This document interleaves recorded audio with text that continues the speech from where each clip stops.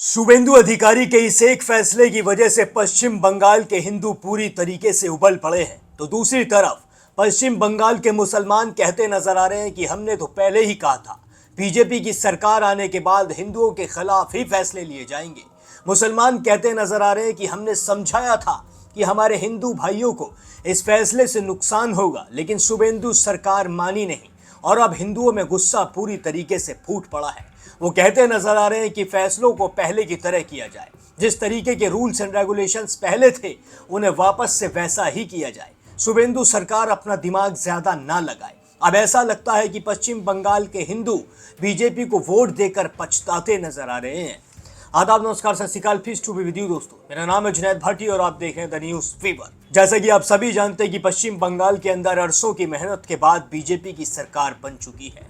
मोदी और अमित शाह का एड़ी चोटी तक का दम लगाने के बाद ममता बनर्जी को सीएम की कुर्सी से उखाड़ फेंका है। टीएमसी अब एक कोने में पड़ी है और बीजेपी ने पश्चिम बंगाल पर अपना परचम लहरा दिया है। और जब से बीजेपी की सरकार वेस्ट बंगाल में बनी है, जब से शुभेंदु अधिकारी सीएम की कुर्सी पर बैठे हैं, वो तभी से नए नए फैसले लेते नजर आ रहे हैं। शुभेंदु अधिकारी की पूरी कोशिश है कि वो हिंदुओं के हित में फैसला लें, लेकिन इसमें से एक फैसला उन्होंने ऐसा ले लिया है जिससे हिंदुओं का जीना दुश्वार हो चुका है, जिसकी वजह से हिंदुओं का जो बिजनेस है वो पूरी तरीके से ठप हो चुका है। तो वहीं दूसरी तरफ मुसलमानों को इस फैसले से जरा सा फर्क नहीं पड़ा है। और तो और एक मौलाना ने, जिनका नाम है शफीक काजमी, उन्होंने पहले से ही चेताया था कि ये जो फैसला लिया है शुभेंदु अधिकारी सरकार ने, इस फैसले की वजह से हमारे हिंदू भाइयों को आगे चलकर बहुत ज्यादा दिक्कत होने वाली है।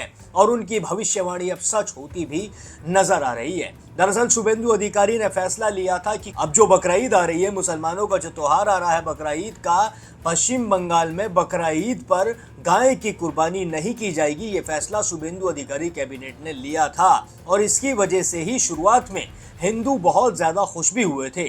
उनका कहना था कि ये तो बहुत अच्छी बात है कि गाय की कुर्बानी नहीं होनी चाहिए, और ये मैं भी मानता हूं, चलिए गाय की कुर्बानी नहीं होनी चाहिए, लेकिन ये फैसला जो है इससे हिंदुओं का नुकसान कैसे होता हुआ नजर आ रहा है, अब मैं वो आपको बताने वाला हूं।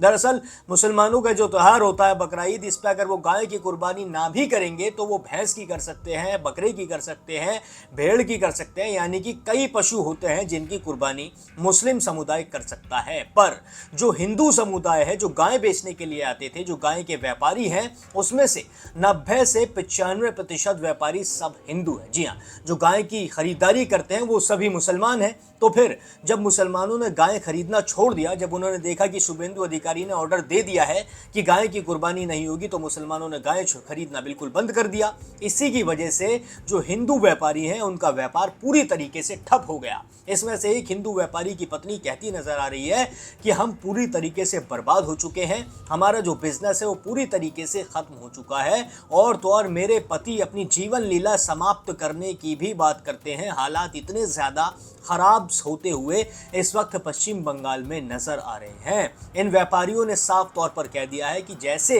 रूल्स एंड रेगुलेशंस पहले थे उन्हें वैसा ही किया जाना चाहिए। जिस तरीके से गाय पहले बिकती थी, उनकी उम्र देखकर और भी कई चीजें देखकर उन्हीं रूल्स एंड रेगुलेशंस को दोबारा अप्लाई करने की जरूरत है। हिंदुओं का साफ तौर पर कहना है कि शुभेंदु अधिकारी अपने मन से कोई भी ऐसा फैसला ना लें जिसकी वजह से हमारे व्यापार में हमें दिक्कत आए, हम बर्बाद हो जाएं। और ये जो फैसला लिया गया है ये पूरी तरीके से हिंदू जो व्यापारी हैं उन्हें बर्बाद करता हुआ नजर भी आ रहा है। और जबकि इसका एक रत्ती भी असर मुस्लिम समुदाय पे नहीं पड़ा है। उन्होंने गाय खरीदनी बंद कर दी, बस इससे ज्यादा उन्हें कुछ नहीं करना था। और हिंदू व्यापारी जो है उन्हें पूरी तरीके से इस वक्त घाटा होता हुआ नजर आ रहा है। इस पर एक मौलाना शफीक आजमी ने भी चेताया था। उन्होंने कहा था कि क्या क्या होने वाला है। आप सुनिए कि मौलाना आजमी का क्या कहना है। हमारा मुसलमानों से ये अपील है कि तमाम मुसलमानों से ये अपील है कि आप गाय की कुर्बानी न करें, बल्कि कुर्बानी नहीं बल्कि हमेशा के लिए गाय का गोश्त खाएं ही नहीं। और सरकार से हम अपील करते हैं कि तमाम स्लॉटर हाउस को बंद कर दीजिए, गाय कुर्बानी नहीं हो, कोई भी बड़ा जानवर कुर्बानी नहीं हो, और गाय को नेशनल एनिमल का दर्जा दे दीजिए।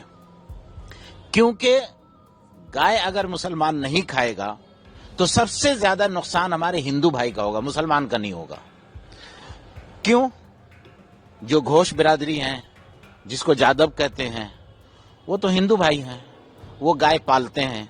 और उस वक्त तक गाय को पालते हैं जब तक वो दूध देने वाली होती है। जब 5 साल 6 साल के बाद वो दूध देना बंद कर देती है तो उसको वो बेचते हैं बकरीद के मौके पर, खास करके स्पेशली जो 25,000 की गाय होती है उसको 1 लाख में बेचते हैं। तो उनका जो पैसा बर्बाद होता, उनकी जो पूंजी खत्म हो जाती, कोई खरीदने वाला नहीं होता, मर जाता।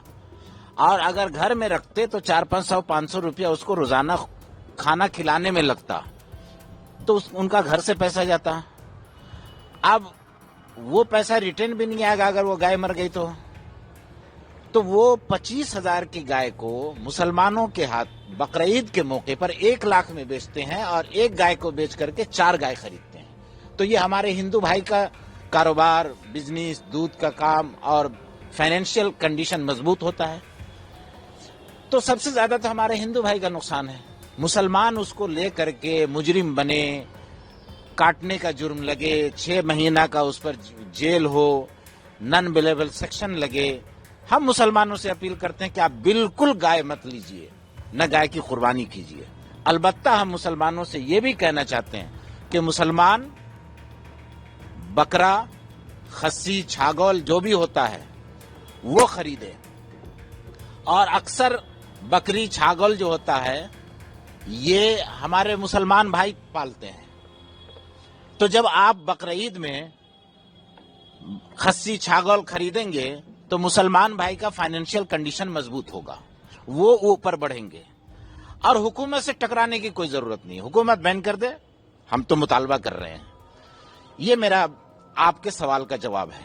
इससे पहले जितनी भी सरकारें थी, कांग्रेस की थी, सीपीएम की थी और टीएमसी की थी, सभी सरकारों ने मुसलमानों को लॉलीपॉप दिया, सिर्फ वोट लिया और गाय का गोश्त खाने का आजादी दे दिया। कानून था लेकिन लागू नहीं था। अब ये बीजेपी की सरकार आई है, इसने उस कानून को लागू करना शुरू कर दिया है, जिसमें इसका जो पहला शर्त है कि कोई भी बड़ा जानवर जिसकी उम्र 14 साल से कम है उसकी कुर्बानी नहीं की जा सकती है या उसको ज़बह नहीं किया जा सकता है।